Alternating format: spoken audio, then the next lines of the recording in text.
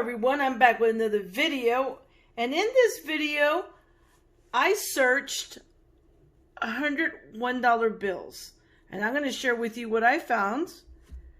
But before I do, I'm going to be adding to my stack, my $5 bill stack.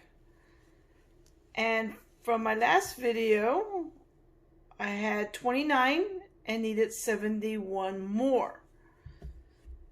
So I was able to get some $5 bills and change, and I'm going to be adding them to my stack. So that's 1, 2, 3, 4, 5.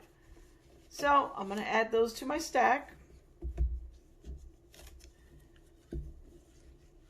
And remember, I'm trying to get 100 $5 bills. So my number now jumps to 34.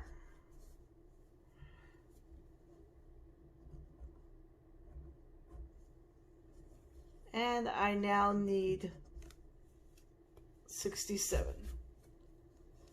Let me erase this a little bit better. 67 more $5 bills. So there we go. It's been updated. I like to see how many. I'm going to start keeping the log up here of how many fives I collect. I'm going to continue collecting fives. So remember, you would replace a dollar bill. You would take $1 bill and you would replace it with a 5. But since it takes a little bit of time, what I'm doing is I'm just keeping the strap and I'm putting $100 per strap. I'm just collecting $5 bills now. So that's a cool tip that I got from Stoop Lubac. So now let's go to what I found inside this stack of $101 bills. So I'm going to start off with my almost cool but not cool enough to keep. And the first one is this $1 bill. And I thought, whatever this is right here, that was pretty cool. Someone drew on it. I'm not even sure what that is. So I just thought I would share it. It's cool, but I don't think I'd keep this note. But I just wanted to share that I found that. Here's another one that is cool, but unfortunately it's not cool enough to keep. This is what they call a bookend, where the first 2 digits are the same as the last. I would like to have had all the numbers in between, the 4 numbers in between, to have been a solid, in other words, all the same number. Then it would have been a really cool bookend.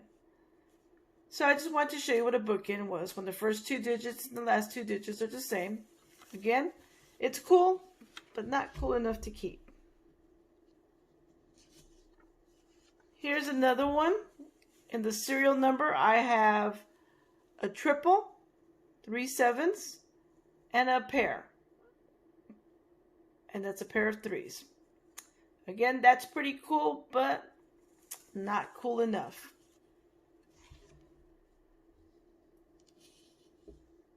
So now for the stuff that I probably will keep. This one has a quad of zeros, and it has a 0 here. So out of 8 digits, 5 of them are 0. So I thought that was pretty cool. So this one I will keep for my collection. Let me make a little adjustment here.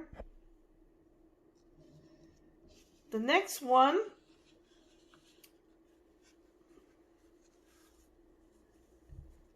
in this serial number, I have 8 unique digits. In other words, all the numbers on this bill are different. And 5 of them are consecutive, which would be the 1, 2, 3, 4, and 5.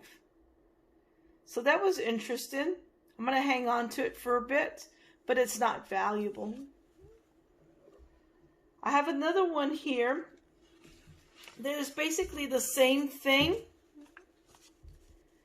8 unique digits, but in this case, 6 of them are consecutive. 0, 1, 2, 3, 4, and 5.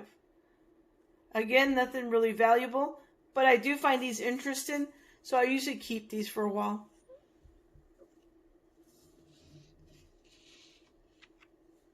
Now this one is really interesting. It also has 8 unique digits, and it has 7 consecutive numbers, which would have been the 1, 2, 3, 4, 5, 6, 7, and then it jumps to 9. But it's from 1 to 7, so those are the 7 consecutive digits. So that's really cool. I'm trying to get to where I have 8 out of 8. 8 unique numbers and 8 consecutive. So I'm still trying to work. So those 3 were pretty interesting as far as having 8 unique digits and then having a consecutive run. Now, let me go back to the one before this one. It also had a backwards run, 4, 3, 2. So that was pretty cool also within this one. But again, none of those are valuable. Next up, I have what is called a gas pump note. If you look at that 8, it's floating, and it's very obvious that it is floating.